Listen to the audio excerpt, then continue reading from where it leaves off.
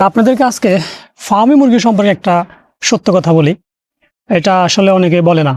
তো দেখেন, আমরা ইউটিউবে বা ফেসবুকে রং চটা ভিডিও দেখি যে ডিমের রানী হচ্ছে ফার্মি।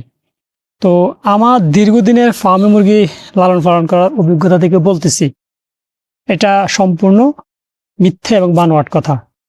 কারণ কখনোই ফার্মি মুরগি ডিমের রানী হতে পারে না। কারণ যদি ডিমের রানী ফার্মি হতো, তাহলে কিন্তু মানুষ এত টাকা ইনভেস্ট করে লেয়ার মুরগি খামার করতো না, মানুষ ফার্মি মুরগি খামারই করতো।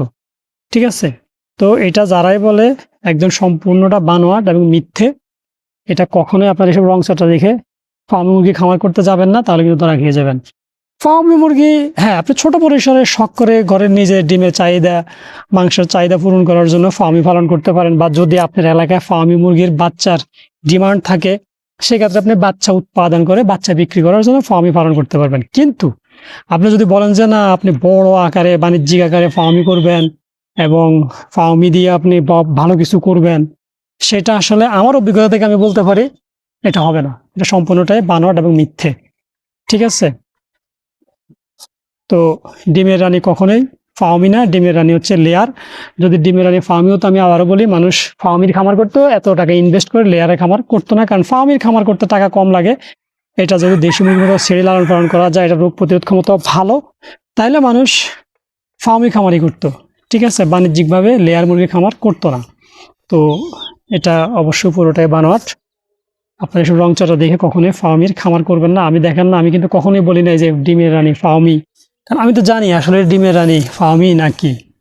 তো আমি এই জন্য আসলে একটু বাণিজ্যিকভাবে এতদিন শখ করে করছিলাম, তো এখন একটু বাণিজ্যিকভাবেই যাচ্ছি।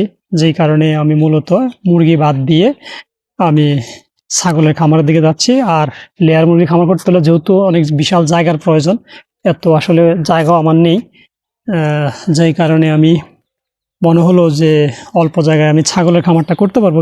আর ছাগলের যেহেতু পুঁজিও কম লাগে এবং ছাগলের থেকে খুব দ্রুত আর্ন করা যায়, আর বিশেষ করে ব্ল্যাক বেঙ্গল ছাগলটা যেহেতু রোগ প্রতিরোধ ক্ষমতা ভালো, খাবার কম লাগে, এবং এটা বছরে 2 বার বাচ্চা দেয়, 4টা, 2 বারে আপনি 4টা, 6টা, 5টা এরকম পাবেনই।